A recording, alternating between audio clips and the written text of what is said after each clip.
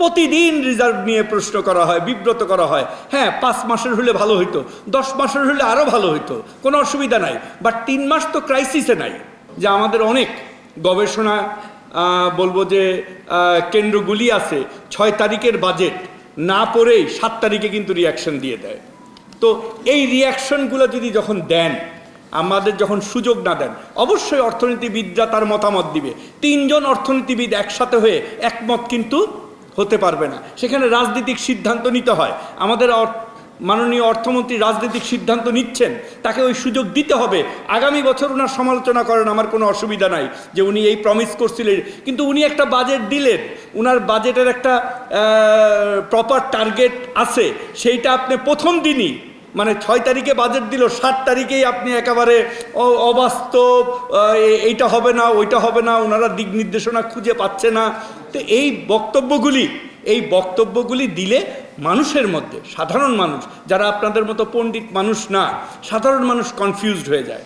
আপনারা মাননীয় অর্থমন্ত্রীকে এই সময়ে যে চ্যালেঞ্জিং বাজেট উনি দিয়েছেন সেটা বাস্তবায়নের সুযোগ করেন। আমি ডেফিনেটলি মনে করি ওনার প্রজ্ঞা, মেধা এবং ওনার কার্যক্রমের মাধ্যমে অবশ্যই আমাদের দেশে ক্রাইসিস আছে, ক্রাইসিস থাকবে, তারপরেও কিন্তু আমি যেহেতু নদী পাড়ের মানুষ, এই সাহসটা একটু বেশি, তারপরেও কিন্তু আমরা চ্যালেঞ্জ নিয়ে আমরা এটা মোকাবেলা করেই ইনশাআল্লাহ আমরা উত্তরণ ঘটাবো।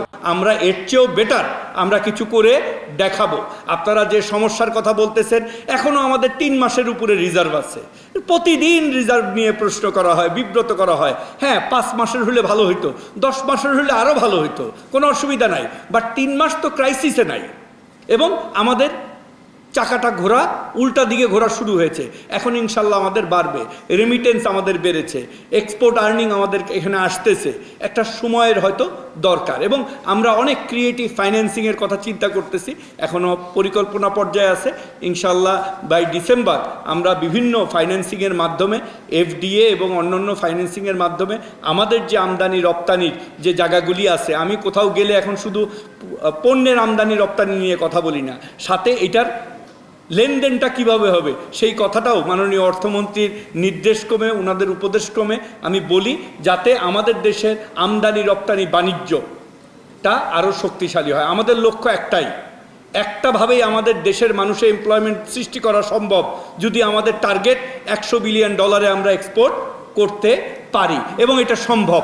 যদি ভিয়েতনাম $400 বিলিয়ন করতে পারে, বাংলাদেশ $100 বিলিয়ন এক্সপোর্ট আগামী 3 থেকে 5 বছরের মধ্যে করা কোনো সমস্যাই না।